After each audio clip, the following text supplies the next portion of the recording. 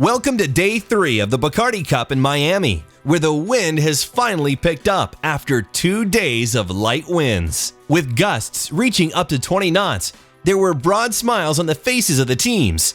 The USA's George Szabo, 2009 Star World Champion, gives us the inside edge on the sails he'll be using to optimize his performance today.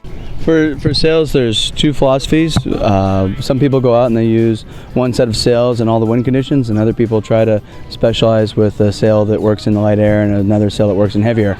We're using this week our 4/6 mainsail, which is good all around, and we're using two different jibs. We've been using the P2C, which is all-around light cloth jib all week, but today with the forecast of being a little breezier and maybe a front coming through, there's small craft advisories today. We're going to use a jib out of heavier cloth for today, the CR10 jib that we used in Perth, so might be a little light for that jib today, but that's what we're going to use today.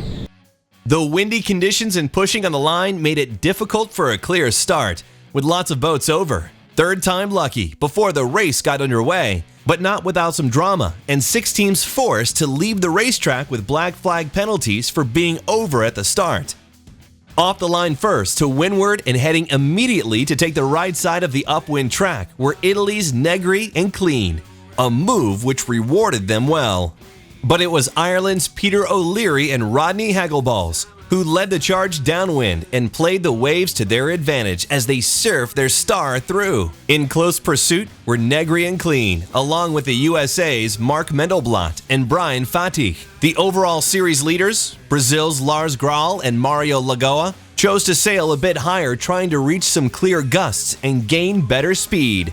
Negri and Clean sailed exceptionally and took advantage of every wave, passing one rival after another.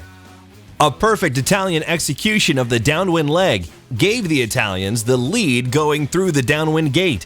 Mendelblatt and Fatih chose to head left, whilst O'Leary and Hagelballs had spotted the pressure on the right and were followed by Vasella and Spiri. This leading pack were followed by the majority of the fleet as the wind continued to build on the right. But all changed as a big wind shift to the left turned the tables on the teams and gave the lead to Mendelblatt and Fatih. The left-hand shift also benefited series leaders Graal and Lagoa, who popped up at the front of the pack at the weather mark. By now, Ireland's O'Leary and Hagelballs had shifted to the third overall, ahead of Negri and Clean, who had shouldered the biggest loss in position during the upwind leg. Intending on crawling back to the front, Negri was a man on a mission. Ahead of him, O'Leary jibed first and surfed the boat to overtake Mendelblatt and Fatih, as well as the Brazilians. But the Italians were putting pressure on the Irish and breathing down their neck, determined to make their comeback. The Italians passed the Brazilians and were now focused on battling it out with the Irish. Heading towards the finish, the Irish and the Italian stars were neck and neck with each other, and it was impossible to predict who would cross the line first, swapping positions as each boat nudged ahead of the other. With their boats lined up in unison to the finish, the Irish dug deep to find some extra speed and take the finish gun with just a 1-meter margin over the Italians. Let's hear more about this close finish. In the moment it was starboard, we were on port, and so I had to let him pass to not be too close to the finishing line, and I passed behind trying to cover him. And then it was just the last wave. It was really photo finish stuff, but I mean, we all have fun. Of course, I'm sorry we didn't win the race, but it was really great fun and fair competition with these friends. Nice, I'm happy.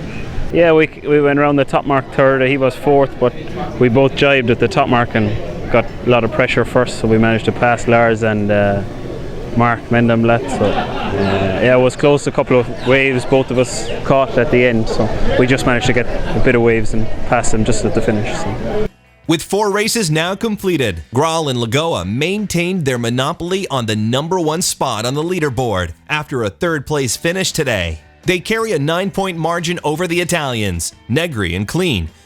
Thursday is a lay day, giving all teams a chance to recharge their batteries for Friday's 2 scheduled races before the Bacardi Cup wraps up on Saturday. Stay tuned and do not miss the grand finale.